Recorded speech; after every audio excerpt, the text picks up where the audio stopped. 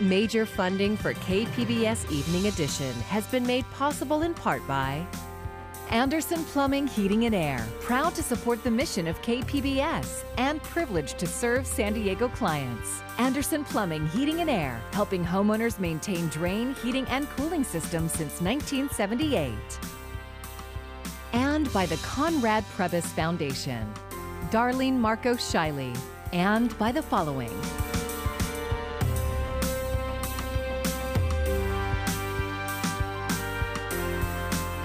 And by viewers like you. Thank you. Good evening. It's Wednesday, March 17th. Thanks for joining us. I'm Maya Trabulsi. The shooting that claimed the lives of 8 people, including 6 Asian women in Atlanta, has reignited widespread concern over the surge of Asian American hate crimes. KPBS reporter Tanya Thorne gets local reactions. Grief. We have much to grieve in terms of the rise in attacks against Asian Pacific Islander people. But the killings yesterday just brought more overwhelming grief. Corinne Makapugai is on the board of the San Diego Asian Pacific Islander Coalition. She says last night's shooting in Atlanta is the most severe, painful example of incidents against the Asian community throughout the country. Unfortunately, racism against Asian Americans and Pacific Islanders is not new. However, we are seeing a rise in it because of the rhetoric that we have heard from decision makers and leaders, calling it the Chinese flu and attributing blame to Asian communities. Makapugai says the Stop AAP I Hate organization reported 42 incidents of racist attacks in San Diego County between March and December of last year. One attack happened in San Marcos against 3 women in the same family. And they were just taking a family stroll when people who were driving by actually stopped their car, got out of the car, started screaming at them, blaming them for coronavirus, blaming them for everything happening with the pandemic, and they even attempted to attack her 17-year-old daughter. Although the suspect in Atlanta claims the attack was not racially driven, Lauren Garces with the San Diego Asian Business Association says the damage to Asian businesses has been done. We have a lot of elders in our community who run these businesses, and a lot of the time, we want to make sure that they feel safe in the businesses that they run, but also on a human level, they have to deal with all these headlines and seeing all this. It's essentially trauma, and how are they going to cope with that, and how are they going to be safe how are they going to feel going into their workplace? Garces says it's unfortunate that this incident is what's bringing the conversation of hate crimes against marginalized communities to the forefront. But she says she's also seen more people coming forward to denounce it and stand against all forms of hate. Tanya Thorne, KPBS News. Atlanta police say it is too early in the investigation to determine if the shootings in Atlanta will be charged as a hate crime. Anyone who has experienced or witnessed an act of hate toward the Asian American and Pacific Islander communities is encouraged to report the incident using the website that you see on your screen, stopaapihate.org. The car crash in downtown San Diego on Monday that killed 3 homeless people is prompting advocates to push for an emergency response. KPBS Metro reporter Andrew Bowen has the story. Maya, just down the street from me is the site where on Monday morning, a 71-year-old man drove his car onto the sidewalk where several homeless people were sleeping in tents. And he killed 3 people and injured 6 others. He's suspected of driving under the influence and has been charged with vehicular manslaughter. Now, at the exact site of the crash, a number of people have laid down flowers, candles. They've written messages on the wall, things like, "Homelessness is not a crime." And a short while ago, advocates for the homeless spoke to the media. They argue that the city needs a rapid response to get as many unsheltered people as possible off the streets and into hotel rooms. Make sure that no one else dies on the streets because they are unhoused. Make sure that high-risk, unhoused individuals who are categorically eligible for 100% FEMA reimbursable hotels are directed to the existing procured hotels. Mayor Gloria, be certain to procure additional hotel rooms. And please stop the criminalization of our unhoused and unsheltered community members. And Maya, the San Diego Housing Commission this week did put out a call to social service providers asking for help on how to get those homeless folks into hotel rooms so that they can get that reimbursement from the federal government while this pandemic continues. In the meantime, officials did identify one of the 3 victims of the crash on Monday. His name was Roddy Defendall. He was 40 years old. Reporting from downtown, Andrew Bowen, KPBS News. Nearly a year ago to the day, businesses were shut down due to the pandemic, and now, just in time for St. Patrick's Day, restrictions are being eased. KPBS reporter Matt Hoffman is live in the Gaslamp Quarter that is looking more active than usual. Matt? Maya, you're right. Crowds are growing in this area. As you can see behind me, a lot of green for the St. Patrick's Day holiday. This area of the street here in the Gaslamp is actually closed off, so businesses have more area to go. But right now they can reopen indoors at 25% capacity, and restaurant owners tell me they're feeling a sense of optimism and that we're heading in the right direction. Happy days are here again. For business owners like Peter Smith of Blarney Stone Pub, the easing of restrictions could not have come at a better time. Well, it's marvelous. It's a wonderful, exactly a year ago today we were shut down, which was devastating for us because it's the biggest day of the year for us. While today his place was busy, full of people celebrating the holiday with plenty of traditions like corned beef and, of course, green beer. How about that? He says the last year has been anything but fun. Dreadful. It's been dreadful. We've been closed most of the time, 90% of the time.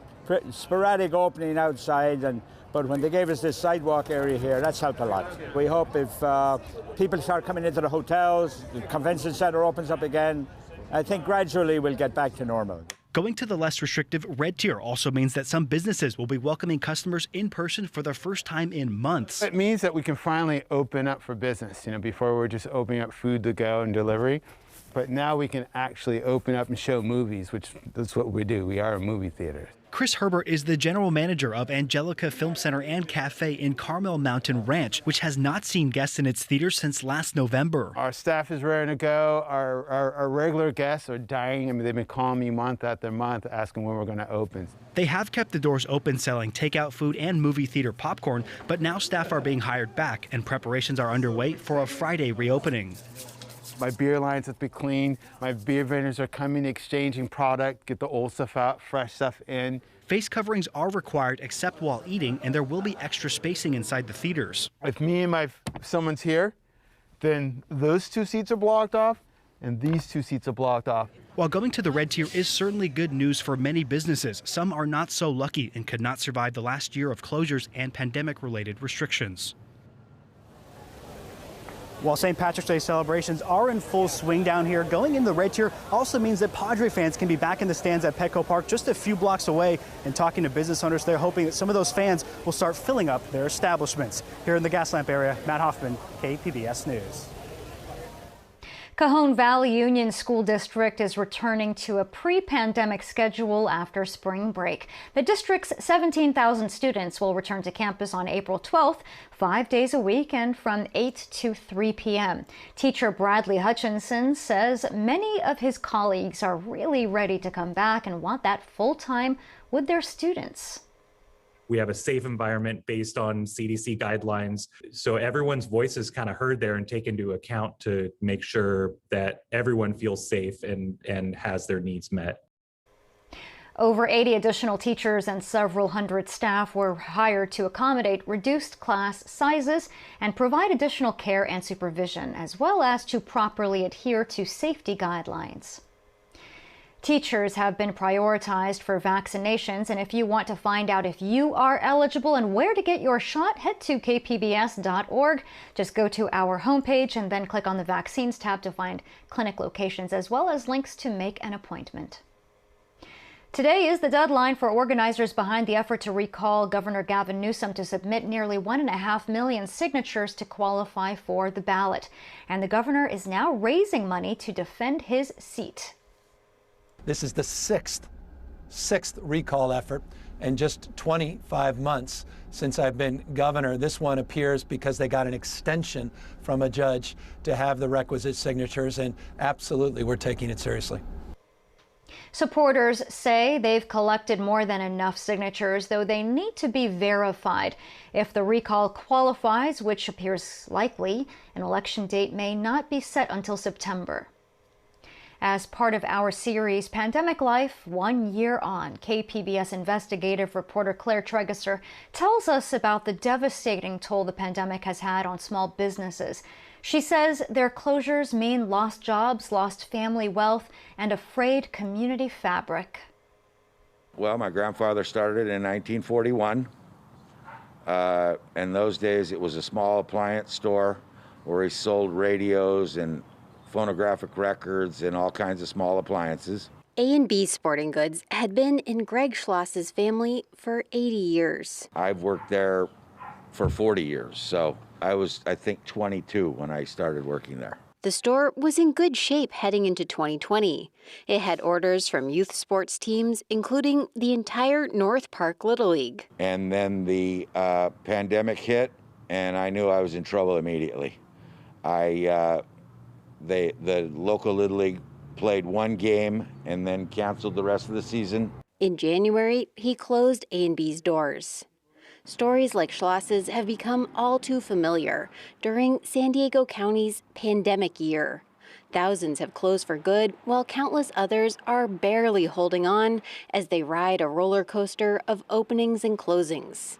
COVID-19's final toll on San Diego's economy will take years to calculate, says Eduardo Velasquez, the research director at the San Diego Regional Economic Development Corporation. It may very well be that we won't actually know for a long period of time really how big the impact has been in terms of the permanent firm closures and the true job losses associated with that. This, of course, means massive job losses. Since February 2020, 580 businesses have notified the San Diego Workforce Partnership of layoffs or furloughs, accounting for 90,000 employees.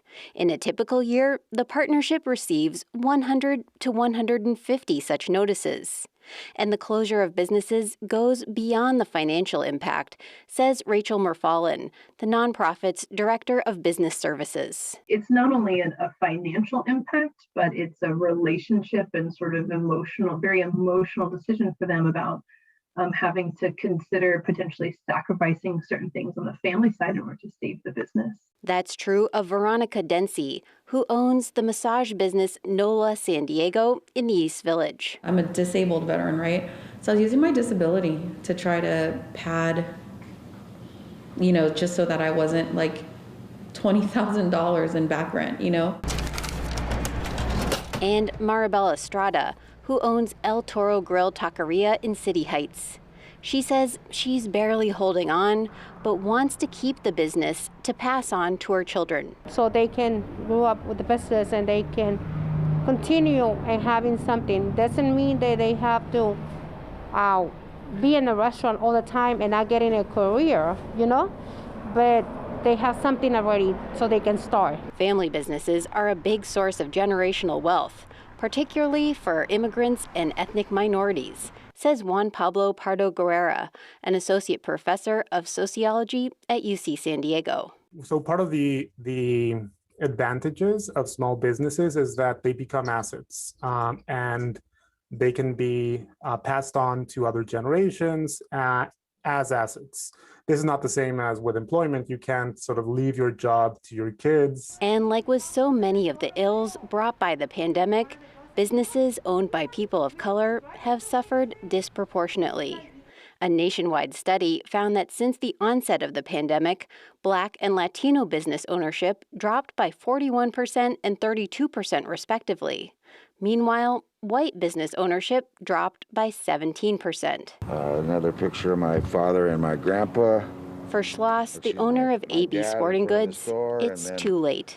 His store in North Park now sits vacant, and he's left wondering what to do next. I feel like I'm floating around in a boat to a certain extent. It is hard because I'm a routine-oriented person.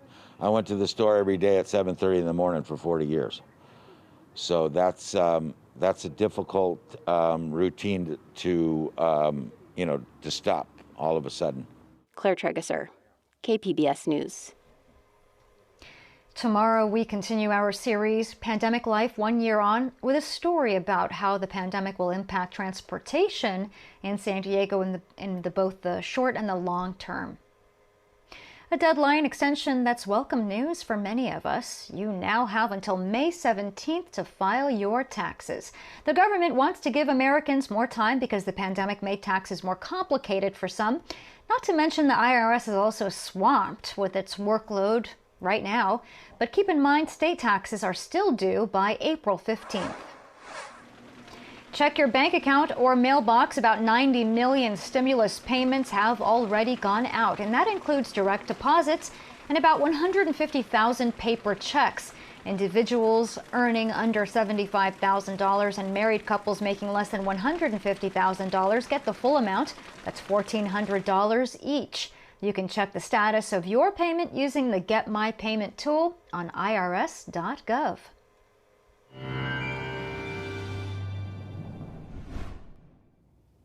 Dry weather ahead for the rest of the week, and our temperatures will be on the rise. This weekend, our next system moves through. Looks like it's moisture starved, so just some wind, some clouds, and some cooler temperatures.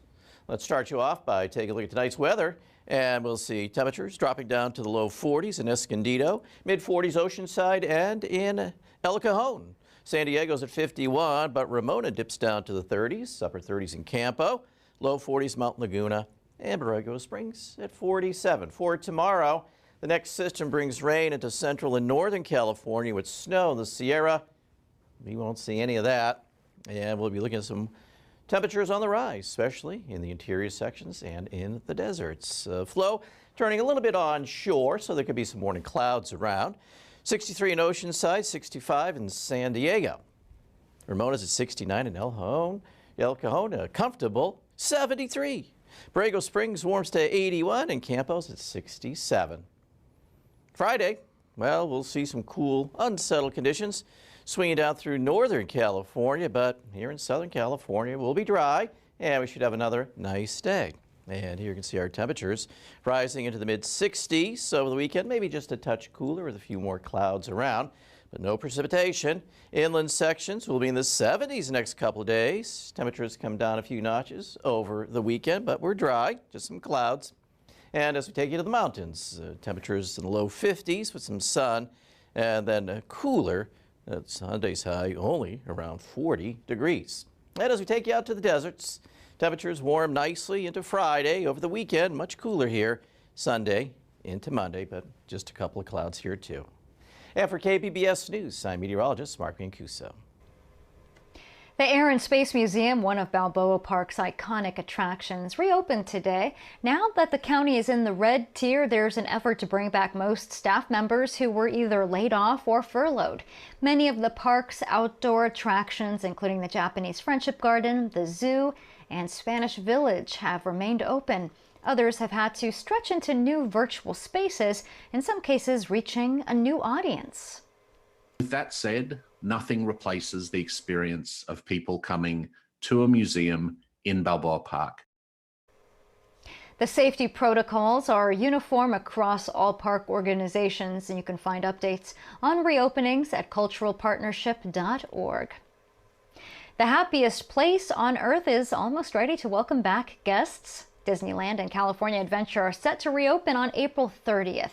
They will be limited to 15% capacity and only California residents. And it may be a little quieter too, and that's because a trade group representing theme parks is suggesting guidelines that include face coverings and no screaming on rides. Theaters are opening up, but if you're not ready to go to the movies, there are still plenty of options for watching at home. Here's KPBS cinema junkie Beth Accomando. Earlier this month, Turner Classic Movies unveiled a month-long series called TCM Reframed. classic films in the rearview mirror. These are films that have been defined as important in the history of cinema, but when watched today from a different cultural context, they can often be problematic in terms of depictions of race, gender, and LGBTQ issues. The series is not about canceling or censoring these films, nor is it about excusing them, says Eddie Muller, one of the 5 TCM hosts introducing the films. Instead, it's about putting them into a cultural and historical context. We want people to keep watching these movies, not because they perpetuate these stereotypes that we're trying to overcome, but because they are great films. They are important to our culture, they're important to our understanding of cinema and ourselves. If you remove a film like Gone with the Wind, then you don't know how far we've come, or how far we still have to go in terms of overcoming stereotypes and increasing diversity. If you remove it and cancel it, people are going to have misassumptions like, oh, I guess there weren't racist things in these movies. Like, no, there were, and we're just pointing it out. But it's much better to point it out than it is to hide the film. But there are films like John Ford's The Searchers, playing this week on TCM, that can open a discussion. Is this a racist movie, or is this a movie about racism? There are a lot of racist Westerns. Then there are these Westerns that are about racism. And John Ford, who has made both of them, The Searchers is where I think he started to second guess the history that he was putting out there and saying, there are some problematic things here. Then there are films that reveal the incremental steps Hollywood has taken toward trying to be more representational of a diverse array of stories. Take William Wyler's The Children's Hour from 1961, which TCM is showcasing, in which Shirley MacLaine plays a lesbian who is stigmatized. The film conveys the attitudes of the 1960s, and those attitudes are no longer acceptable. But with the proper context, it can be viewed as Hollywood's attempt to move in the right direction. History is a wheel, and the wheel turns, and we seem to be compelled to repeat the same things over and over again. But the wheel is always rolling forwards.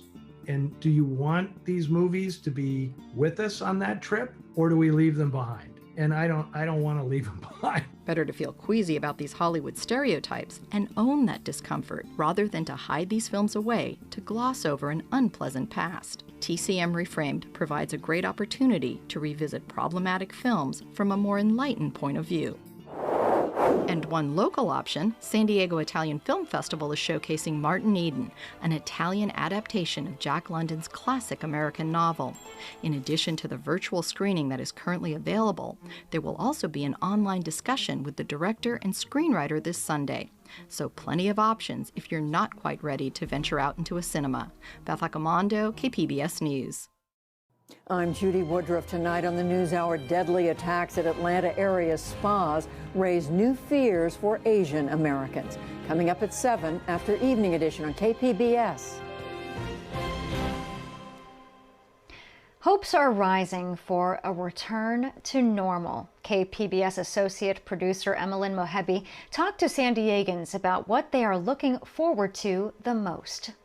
The pandemic has turned all our lives upside down. But now, as more people get vaccinated every day, there's hope that we can eventually do the things we used to. We talked to people around the community to find out what they're looking forward to once the pandemic is over. Here is what some of them had to say. My name is Catherine Garcia. I live in San Diego, California, and the one thing I can't wait to do once the pandemic is over is going to a concert again and feeling the energy of being in a sweaty crowd, all connected by the music that we love. Hi, my name is Carla Beltran, and I live in San Isidro, California. And what I'm most excited about when it comes to this pandemic after it's over is traveling. I love to travel, and I'm looking forward to maybe getting on an airplane and going somewhere far, maybe like to Europe. And one of the places I'd really love to visit is Switzerland. So maybe I'll get to do that after this is all over. Hi, my name is Florizel Yasuhara, and I live in San Diego, California, in the Claremont community area. And what I'd really love to do when this pandemic is over is share a bowl of bright green tea with my friends. And this is something that we haven't had a chance to do since last March. And we really miss one another. We see each other virtually on Zoom, but it's just not the same. Hi, I'm Kevin Davis. I live in North Park in San Diego. The first thing I want to do after the pandemic is over is travel to get out of the house. I'd like to visit friends and family in Tucson, in Denver, Victoria in British Columbia, New York City and that area, Washington, D.C. and Baltimore and that area, and in Florida, Orlando and Fort Lauderdale. And for fun, I'd like to go to Las Vegas maybe, or to London in England. Hello, my name is Jeanette Cutchins. I'm from San Diego and Mira Mesa. Before COVID-19 struck, I was traveling a lot. I mean a lot, like 3 to 4 times a year, maybe, out of the country. And I was dancing a lot. When I wasn't traveling, I was dancing. Or when I'm traveling, I'm dancing. If it's a cruise, I'm dancing in the ship. So after this COVID-19 is done and everyone has been vaccinated, hopefully, and we're all safe to go out, I would like to go back to that again, to travel and to dance. And that story was produced by KPBS associate producer Emmeline Mohebi. You can find tonight's stories on our website, kpbs.org. Thanks for joining us. I'm Maya Trabulsi. Have a great evening. Major funding for KPBS Evening Edition has been made possible in part by Anderson Plumbing, Heating and Air, proud to support the mission of KPBS and privileged to serve San Diego clients. Anderson Plumbing, Heating and Air, helping homeowners maintain drain, heating, and cooling systems since 1978. And by the Conrad Prebys Foundation, Darlene Marco Shiley, and by the following: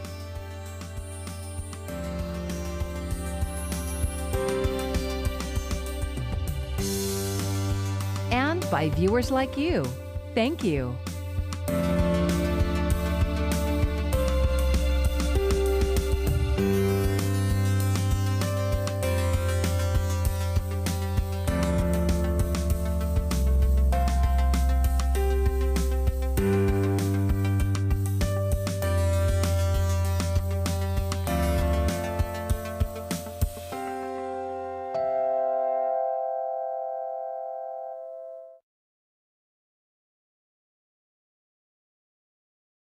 Too. Thanks.